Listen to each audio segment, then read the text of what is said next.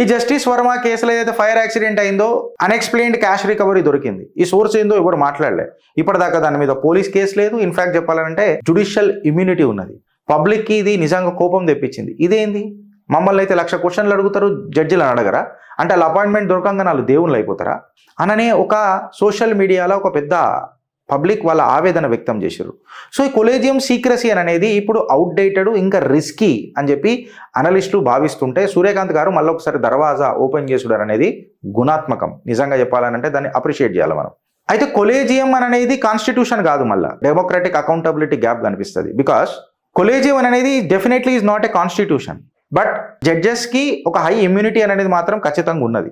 అయితే దీన్ని తీసేయాలా అని అంటే నీకు 2/3 మెజారిటీ పార్లమెంట్లో ఖచ్చితంగా ఉండాలి. అయితే జడ్జెస్ ఎలక్టెడ్ అఫీషియల్స్ లెక్క అకౌంటబుల్ కాదు. కాకపోతే 2023 తర్వాత సోషల్ మీడియాలో ఒక పెద్ద జరిగింది జడ్జిల మీద, ఇప్పటికీ జరుగుతూనే ఉన్నది. లాయర్స్, ఇంటలెక్చువల్స్ ట్రాన్స్పరెన్సీ కోసం చాలా పుష్ చేస్తున్నారు. 2025లో ఈనాడు జుడిషియరీ తన రిఫార్మ్ గానికి ఇలా సహకారం చేస్తుంది అని అంటే ఈ క్రెడిట్ సూర్యకాంత్ గారికి ఖచ్చితంగా ఇవ్వాలి. The most important judicial signal 10 years తర్వాత ఇది మొదలవుతుంది అని అంటే నిజంగా జస్టిస్ సూర్యకాంత్ గారికి, ఆయన గుండె ధైర్యానికి ఖచ్చితంగా మనం అప్రిషియేట్ చేయాల్సిందే ఫ్రెండ్స్.